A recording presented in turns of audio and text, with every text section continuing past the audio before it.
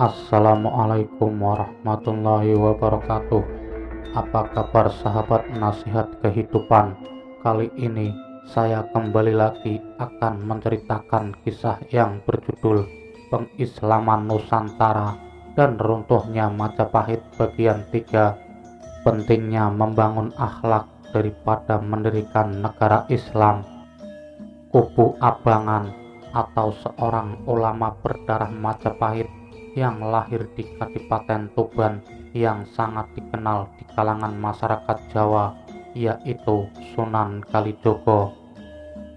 Mati-matian membendung gerakan militansi Islam, beliau seringkali mengingatkan bahwasanya membangun akhlak lebih penting daripada mendirikan sebuah negara Islam. Sunan Kalijogo adalah putra Adipati Tuban Arya Teja. Adipati Arya Teja adalah keturunan Senopati Agung Majapahit masa lampau. Adipati Arya Ronggolawe yang berhasil memimpin pasukan Majapahit mengalahkan pasukan Tiongkok Mongolia yang hendak menguasai Jawa. Atau Adipati Arya Ronggolawe adalah salah satu tangan kanan Raden Wijaya, pendiri kerajaan Majapahit. Adipati Arya Teja berhasil diislamkan oleh Sunan Ampel, bahkan kakak kandung beliau dinikahi Sunan Ampel. Dari pernikahan Sunan Ampel dengan kakak kandung Adipati Arya Teja, lahirlah Sunan Bonang, Sunan Derajat, Sunan Lamongan, dan 5 putri yang lain. Para pengikut Sunan Giri yang tidak sepaham dengan para pengikut Sunan Kalijogo sering terlihat konflik-konflik terselubung. Di pihak Sunan Giri banyak ulama yang bergabung seperti Sunan Derajat, Sunan Lamongan, Sunan Mejagung, atau yang sekarang dikenal dengan Sunan Bejagung, Sunan Ngundung, dan putranya Sunan Kudus, dan lain-lain. Di pihak Sunan Kalijogo ada Sunan Muria, Syekh Jangkung, Syekh Siti Jenar, dan lain-lain. Khusus mengenai Syekh Siti Jenar atau juga disebut Sunan Kajenar, beliau adalah ulama murni yang menekuni spiritualitas. Beliau sangat-sangat tidak menyetujui gerakan kaum putih yang merencanakan berdirinya negara Islam di Jawa. Pertikaian ini mencapai puncaknya ketika Syekh Siti Jenar menyatakan keluar dari Dewan Wali Songo. Syekh Siti Jenar menyatakan terpisah dari Majelis Ulama Jawa itu. Beliau tidak mengakui lagi Sunan Ampel sebagai seorang mufti. Di daerah Cirebon, Syekh Siti Jenar banyak memiliki pengikut. Manakala menjelang awal tahun 1478, Sunan Ampel wafat dan kedudukan mufti digantikan oleh Sunan Giri. Keberadaan Syekh Siti Jenar dianggap sangat membahayakan Islam. Semua dinamika ini terus diamati oleh intelijen Majapahit. Gerakan-gerakan militansi Islam mulai merebak di pesisir utara Jawa, mulai Gresik, Tuban, Demak, Cirebon, dan Banten. Para pejabat daerah telah mengirimkan laporan kepada Prabu Brawijaya, tapi Prabu Brawijaya tetap yakin semua masih di bawah kontrol beliau. Keturunan Dipengging, pernikahan Dewi Anarawati dengan Prabu Brawijaya semakin dikukuhkan dengan diangkatnya Putri Campa ini sebagai permaisuri. Keputusan yang sangat luar biasa ini menuai protes. Kesuksesan besar bagi Dewi Anarawati membuat para prajurit Majapahit resah. Bisa dilihat jelas di sini, bila kelak Prabu Brawijaya wafat, maka yang akan menggantikannya sudah pasti putra dari seorang permaisuri, dan sang permaisuri beragama Islam, dan dapat dipastikan Majapahit akan berubah menjadi negara Islam. Dari luar istana, Sunan Giri menyusun strategi memperkuat barisan militansi Islam. Dari dalam istana, Dewi Anarawati mempersiapkan rencana yang brilian. Jika Sunan Giri gagal merebut Majapahit dengan cara pemberontakan dari dalam istana, Majapahit sudah pasti bisa dikuasai oleh Dewi Anarawati. Bila rencana pertama gagal, rencana kedua masih bisa berjalan. Tapi ternyata apa yang diharapkan Dewi Anarawati menuai hambatan. Dari hasil perkawinannya dengan Prabu Brawijaya, lahirlah 3 orang anak, dan yang sulung seorang putri dinikahkan dengan Adipati Handayaningrat IV, penguasa Kadipaten Pengging atau sekitar daerah Solo, Jawa Tengah sekarang. Putra kedua bernama Raden Lempu Peteng, berkuasa di Madura, dan yang ketiga Raden Gugur, masih kecil dan tinggal di istana. Atau kelak Raden Gugur inilah yang terkenal dengan julukan Sunan Lawu, yang dipercaya sebagai penguasa mistik Gunung Lawu yang terletak di daerah Magetan hingga sekarang. Hambatan yang dituai Dewi Anarawati adalah putri sulungnya yang tidak tertarik memeluk Islam. Begitu juga dengan Raden Gugur, hanya Raden Lempu Peteng yang mau memeluk Islam. Dari pernikahan putri sulung Dewi Anarawati dengan Adipati Handayaningrat IV, lahirlah 2 orang putra, yaitu Kebu Kanigoro dan Kebu Kenongo.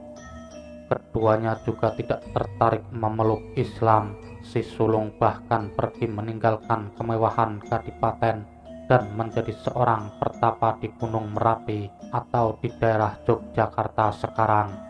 Sampai sekarang, petilasan bekas pertapaan beliau masih ada dan berubah menjadi sebuah makam yang seringkali diziarahi. Otomatis yang kelak menggantikan Adipati Handayaningrat IV sebagai Adipati Pengging, bahkan juga jika Prabu Brawijaya mangkat, tak lain adalah adik Kebu Kanigoro, yaitu Kebu Kenongo. Kelak dia akan mendapat limpahan tahta Pengging maupun Majapahit. Inilah pewaris sah tahta Majapahit. Kebu Kenongo lantas dikenal dengan nama Ki Ageng Pengging. Ki Ageng Pengging sangat akrab dengan Syekh Siti Jenar.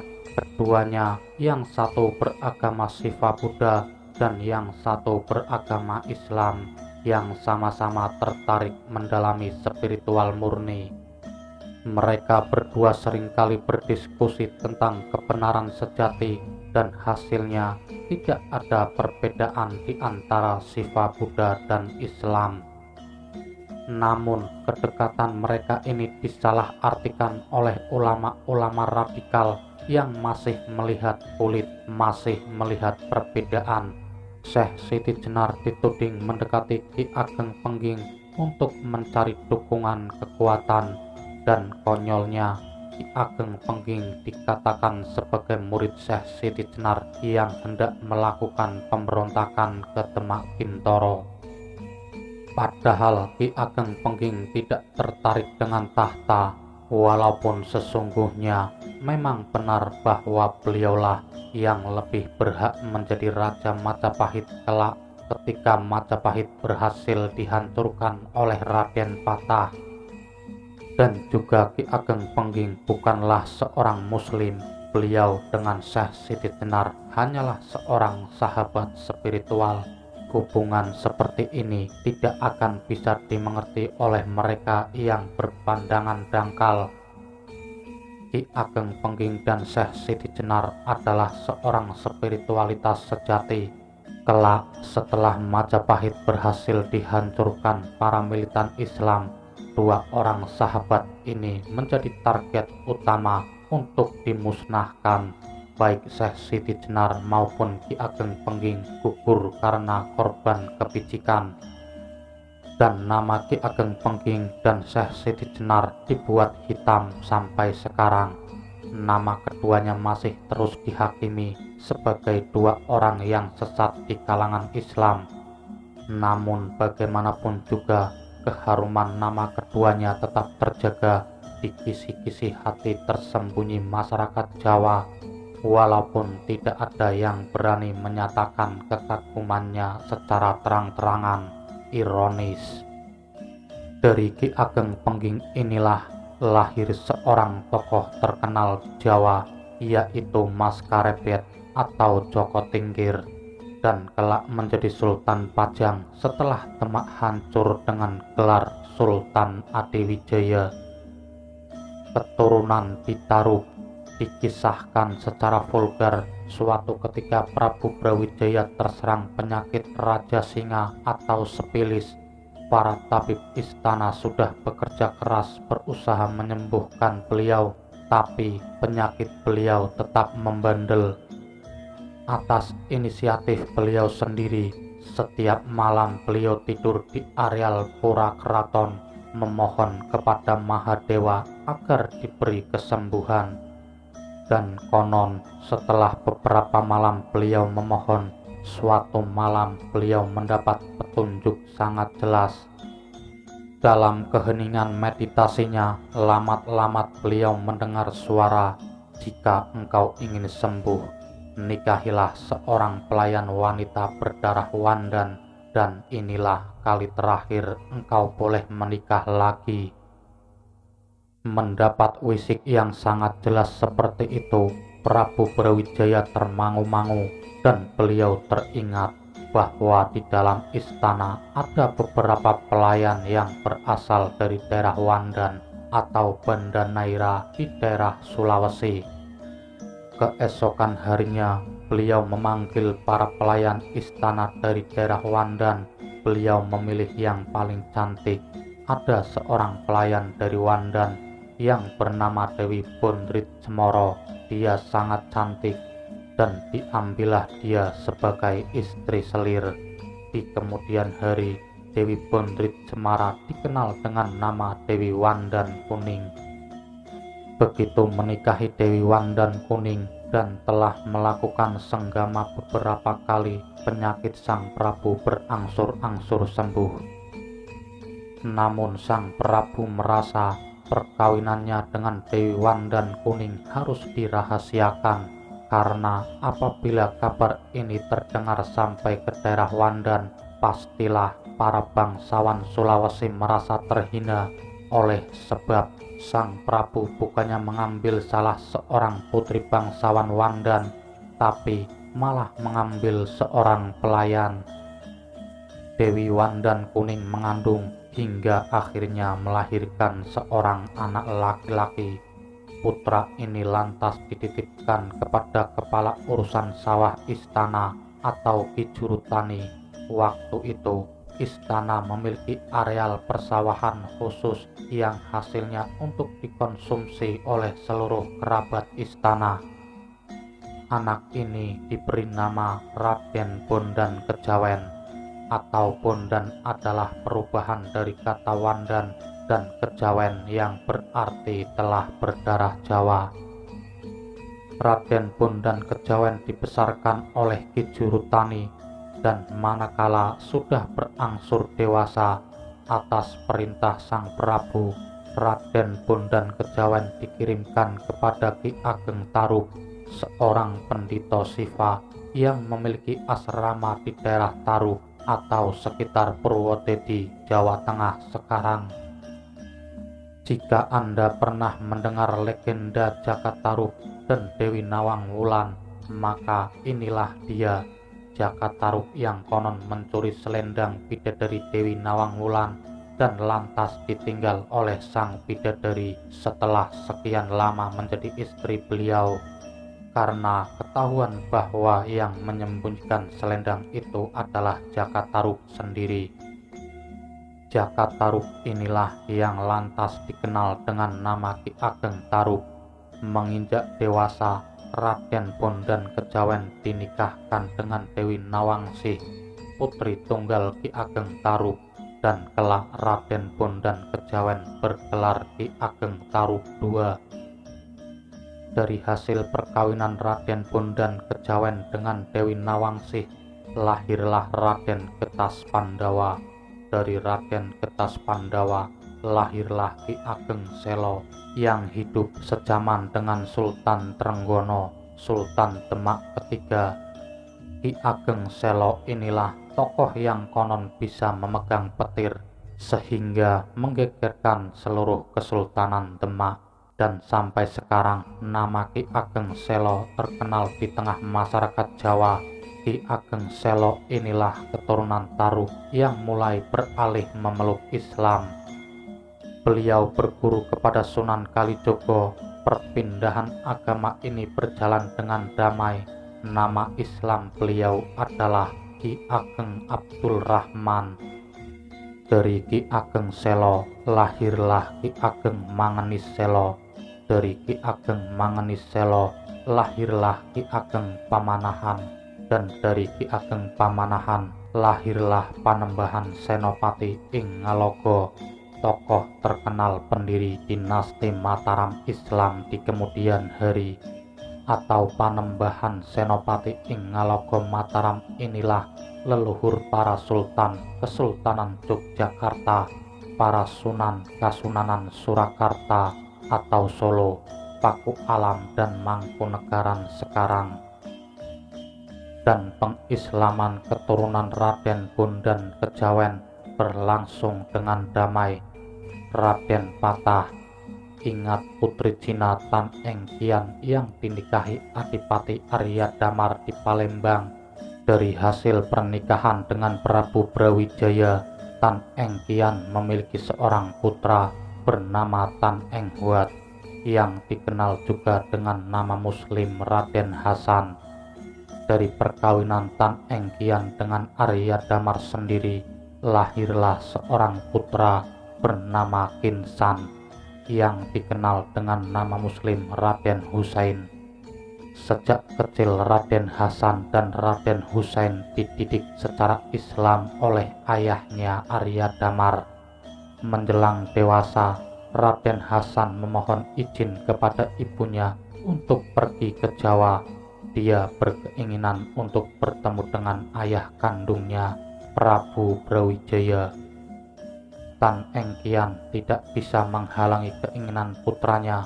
Dari Palembang, Raden Hasan bertolak ke Jawa. Sampailah ia di pelabuhan Gresik yang ramai. Melihat keadaan Gresik yang hiruk-pikuk, Raden Hasan kagum. Dia bisa membayangkan bagaimana besarnya kekuasaan Majapahit. Menilik di Gresik banyak orang muslim. Raden Hasan tertarik. Dan dengar-dengar ada pesantren besar di sana, pesantren Giri. Raden Hasan memutuskan untuk bertandang ke Giri. Bertemulah dia dengan Sunan Giri.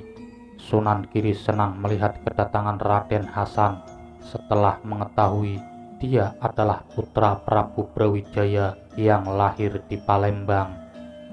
Sunan Giri seketika melihat sebuah peluang besar. Di Giri, Raden Hasan memperdalam keislamannya. Di sana, Raden Hasan mulai tertarik dengan ide-ide kekhilafahan Islam, dan militansi Raden Hasan mulai terbentuk. Ada kesepakatan pemahaman antara Raden Hasan dengan Sunan Giri. Dari Sunan Giri, Raden Hasan memperoleh ide untuk meminta daerah otonomi khusus kepada ayahnya, Prabu Brawijaya. Bila disetujui, hendaknya Raden Patah memilih daerah di pesisir Jawa bagian tengah. Jika itu terwujud, keberadaan daerah otonomi di daerah pesisir utara Jawa bagian tengah akan menjadi penghubung pergerakan militan Islam dari Jawa Timur dan Jawa Barat di Cirebon. Cirebon kini tumbuh pesat sebagai pusat kegiatan Islam di bawah pimpinan Pangeran Cakrabuana, putra kandung Prabu Siliwangi, Raja Pajajaran, atau Sunan Gunung Jati, atau Syarif Hidayatullah, belum datang dari Mesir ke Cirebon. Dia datang pada tahun 1475 Masehi. Setelah dirasa cukup, Raden Hasan melanjutkan perjalanan ke pesantren Ampel dengan diiringi beberapa santri Sunan Giri. Di sana dia disambut sukacita oleh Sunan Ampel. Di sana dia diberi nama baru oleh Sunan Ampel, yaitu Raden Abdul Fattah, yang lantas dikenal masyarakat Jawa dengan Raden Patah. Selesai bertandang di Ampel, Raden Hasan yang kini dikenal dengan nama Raden Patah melanjutkan perjalanan ke ibu kota negara Majapahit. Dia yang semula hanya berniat untuk bertemu dengan ayahnya, sekarang dia telah membawa misi tertentu. Betapa sukacita Prabu Brawijaya mendapati putra kandungnya telah tumbuh dewasa, dan manakala Raden Patah memohon anugerah untuk diberikan daerah otonom, Prabu Brawijaya mengabulkannya. Raden Patah meminta daerah pesisir utara Jawa bagian tengah. Dia memilih daerah yang dikenal dengan nama Gelagahwangi. Prabu Brawijaya menyetujui permintaan Raden Patah. Dia mendanai segala keperluan untuk membangun daerah baru. Raden Patah dengan disokong tenaga dan dana dari Majapahit berangkat ke Jawa Tengah. Di daerah pesisir utara, di daerah yang dipenuhi tumbuhan pohon gelagah, dia membentuk pusat pemerintahan kadipaten baru. Begitu pusat kadipaten dibentuk, dinamailah tempat itu Demak Bintoro, dan Raden Patah dikukuhkan oleh Sang Prabu Brawijaya sebagai penguasa wilayah otonom Islam baru di sana. Demak Bintoro berkembang pesat. Selain menjadi pusat kegiatan politik, Demak Bintoro juga menjadi pusat kegiatan keagamaan. Demak Bintoro menjadi jembatan penghubung antara barat dan timur pesisir utara Jawa. Di pesisir utara Jawa, gerakan-gerakan militan Islam mulai menguat. Sayang, fenomena itu tetap dipandang sepele oleh Prabu Brawijaya. Beliau tetap yakin dominasi Majapahit masih mampu mengontrol semuanya. Padahal para pejabat daerah yang dekat dengan pesisir utara sudah melaporkan adanya kegiatan-kegiatan yang mencurigakan. Pasukan Telik Sandibaya telah memberikan laporan yang serius tentang adanya kegiatan yang patut dicurigai akan mengancam kedaulatan Majapahit. Tak lama berselang, Raden Husein putra Tan Engkian dengan Arya Damar menyusul ke Majapahit. Dia mengabdikan diri sebagai tentara di Majapahit. Raden Husein tidak terpengaruh ide-ide pendirian kekhilafahan Islam. Dia diangkat sebagai adipati di daerah Perung atau Sidoarjo sekarang dengan gelar Adipati Pecatondo. Kebaikan Prabu Brawijaya sangat besar sebenarnya, tapi kebaikan yang tidak disertai kebijaksanaan bukanlah kebaikan. Dan hal ini pasti akan menuai masalah di kemudian hari. Bibit-bibit itu pun mulai muncul dan tinggal menunggu waktu untuk pecah ke permukaan, dan Prabu Brawijaya tidak akan pernah menyangkanya. Terima kasih sudah menyimak dari kisah yang kami sajikan. Semoga cerita ini bermanfaat bagi kita semua, dan kami akan melanjutkan bagian selanjutnya. Wassalamualaikum warahmatullahi wabarakatuh.